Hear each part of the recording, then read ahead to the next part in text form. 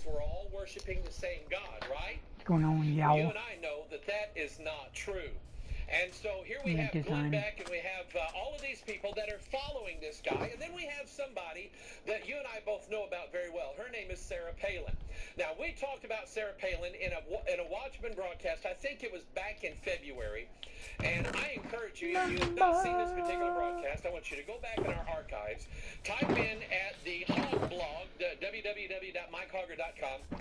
I want you to type in the words Joel's Army. Joel's Army. There's a broadcast there that I think you need to be aware of, because you see, now I'm not a prognosticator here, and I can't tell the future other than what I read in the scriptures.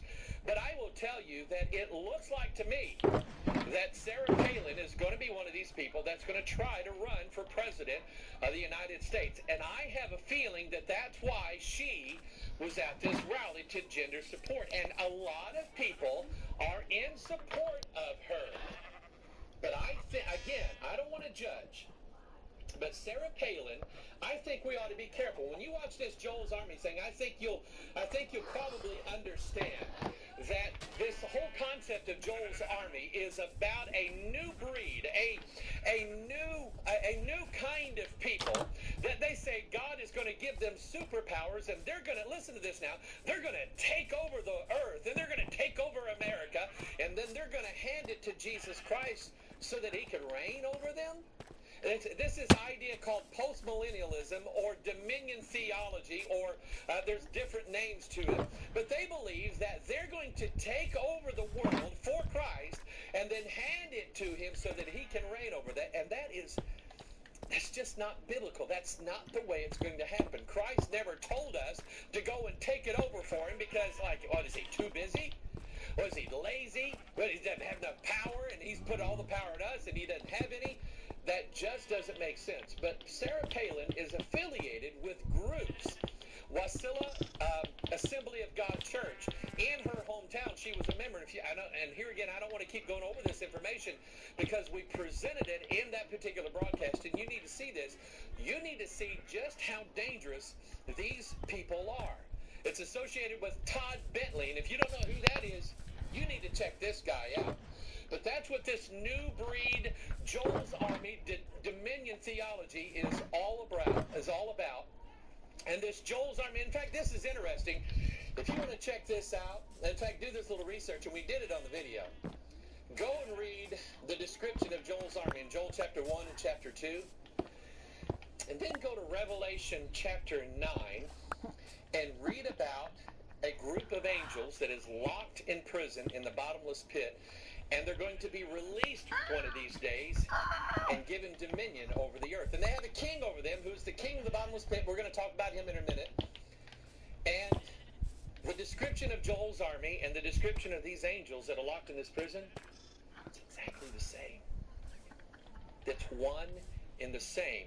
And this new breed idea, this new God-man with these superpowers, this dominion theology, is part of what Sarah Palin is all about. She really believes that she's going to help take over America and give it back to Jesus Christ. Now, they talk about this dominion theology. These people actually believe that one of these days they are going to become sort of godlike in their powers. Now, this goes all the way back to Genesis chapter 3, verse 5. For I had God to go doth for a know walk today, that in though. the day that ye eat thereof, then your eyes shall be open, and ye shall be as gods, knowing good and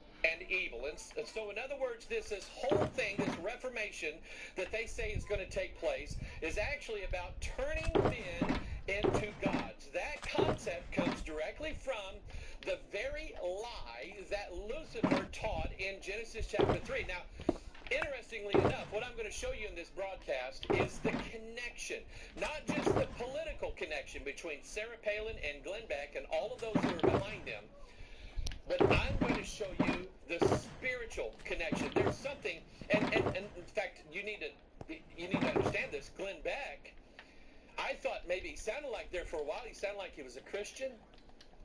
He's not. Who are we to judge? And some say, well, he's kind of a born-again Mormon. You see, Glenn Beck is a Mormon. And what does an Assembly of God political candidate, Sarah Palin, what spiritual connection does she have with Glenn Beck, who is a Mormon? What is the connection? They both believe that at some point they are going to become gods. And this whole thing goes back to Genesis chapter 3. This is what Lucifer said. He said, then ye shall be as gods, knowing good and evil. Now, this is going to take place according to Daniel chapter 2. And whereas thou sawest the iron mixed with miry clay, they shall mingle themselves with the seed of men. The seed of men is man's DNA. And here we have this whole concept of adding a third strand, which is the triple helix, to man's DNA in order to bring him to his next stage of evolution. Now, I want you to get this. The they of Daniel chapter 2 is the fourth kingdom that shall come. Now, what we're going to show you in this broadcast is a lot of things about mentioning of a kingdom or a dominion. But it's not the kingdom of Jesus Christ. It is the kingdom of the Antichrist in the last days. And this last days kingdom, this fourth kingdom, and we have several videos on this, Jesus Christ DNA, the Holy Bible, the Mother of All Secrets, and Triple Helix. If you don't have those DVDs, call us, write us, send us smoke signals, and we'll get you those DVDs so that you can understand exactly what we're talking about here. But it's all this idea of this new breed and these gods that are going to take over the world and usher in the kingdom of the Antichrist in the last days. That is, believe it or not, that is the group that Sarah Palin is associated with. Whether or not she really holds these particular beliefs, we don't know. But listen to her talk. Listen to her speeches. And she right now is like the darling of everybody in the world that doesn't like Barack Obama and the administration and what Congress is doing right now. She's like the it girl for these people. And so I can just kind of understand that she would hold a very high place as far as who people want to run for president of the United States. And if she really is part of this ideology, then there is a goal behind it.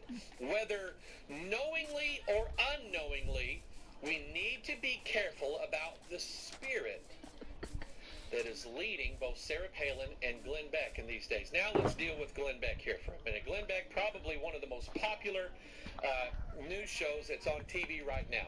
The rally that he had, now this is the interesting part, the rally that he had in Washington, D.C. this week was called America's Divine Destiny.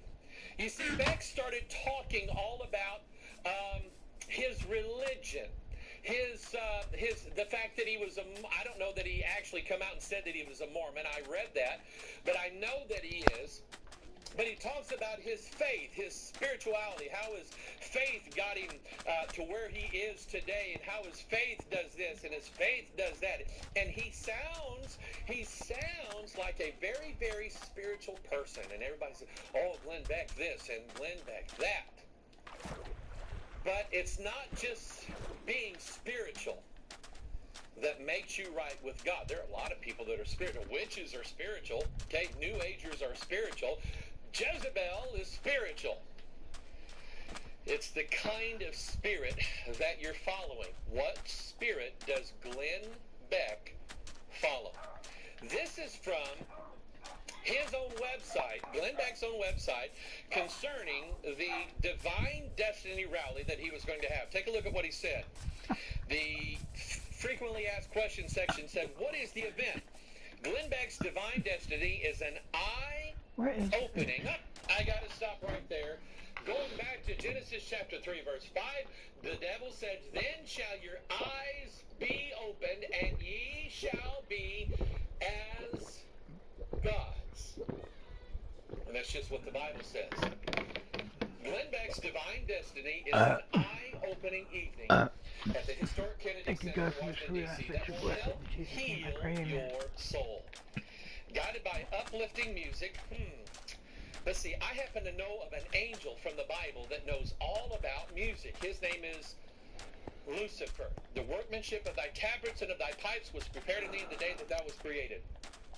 Guided by uplifting music, nationally known religious figures from, here it is, from all faiths will unite to deliver messages reminiscent to those given during the struggles of America's earliest days. Now, I'm going to deal with several things in here, several issues. Number one is an eye-opening evening at the historic Kennedy Center in Washington, D.C. that will help heal your soul. Guided by uplifting music. Let's see, I happen to know of an angel from the Bible that knows all about music. It's the kind of spirit that you're following. What spirit does Glenn Beck follow? This is from his own website, Glenn Beck's own website, concerning the Divine Destiny rally that he was going to have. Take a look at what he said. The frequently asked questions section said, what is the event? Glenn Beck's divine destiny is an eye-opening. I got to stop right there. Going back to Genesis chapter 3, verse 5, the devil said, then shall your eyes be opened, and ye shall be as gods. And that's just what the Bible says. Glenn Beck's divine destiny is an eye-opening evening at the historic Kennedy Center in Washington, D.C. that will help heal your soul. Guided by uplifting music. Let's see, I happen to know of an angel from the Bible that knows all about music. His name is Lucifer. The workmanship of thy tabrets and of thy pipes was prepared in thee in the day that thou was created. Guided by uplifting music, nationally known religious figures from, here it is, from all faiths will unite to deliver messages reminiscent to those given during the struggles of America's earliest days. Now, I'm going to deal with several things in here, several issues. Number one, nationally known religious figures. Let's stop right here. There is a difference. I want you to listen to this now. There is a difference between Bible Christianity and popular Christianity.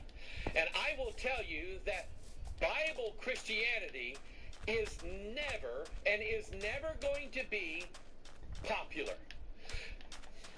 For some reason, the churches in America have latched on to these men they call the Christian leaders. Christian leaders this, Christian leaders that. And I could probably name some of them that you may have sent money to, people that you listen to on the radio all the time. Christian leaders that are leading Christianity, that are leading churches not in the direction of what is in the Bible, but leading Christians down a different direction, and it's the wrong direction. And I'm just telling you that if it's popular, it's probably not Christian. But they bring all these popular, well-known religious leaders from all faiths, and they will unite to deliver messages. Now, we were talking about the Spirit. What Spirit is it that separates? And what Spirit is it that unites? Well, I will tell you, the Spirit that separates is the Spirit of Jesus Christ. He came to pull us out from our family associations, from our civic associations, from our political associations, from everything in this world. He came to deliver us out of that to be solely there you are, the whole freaking time. And sure, John chapter 17, Christ prayed for the unification of his church, but that was his church. Those who accept his salvation by His grace through faith in His Word. So when you've got up on the stage, you've got Christian figures, and you've got Muslim figures, and you've got Jewish figures, and you've got and Mormons, that's not the same spirit. And so the spirit that led this divine destiny, America's divine destiny, wait till you see what Glenn Beck really means when he says America's divine destiny. Wait till you see what he really means by that.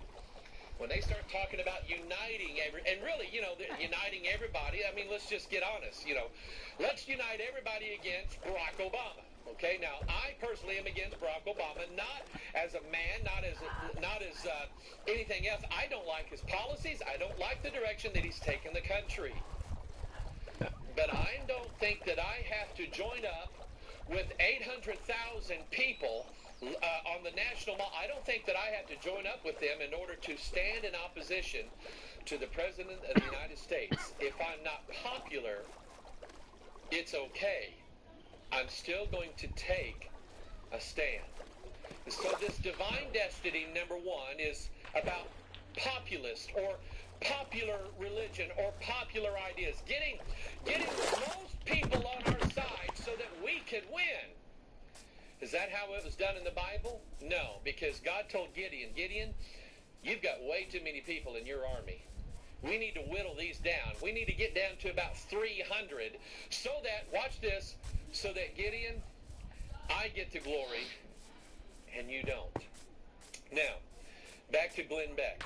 So we have this spirit that, number one, is about popularity. We have this spirit, number two, that is about uniting all the faiths.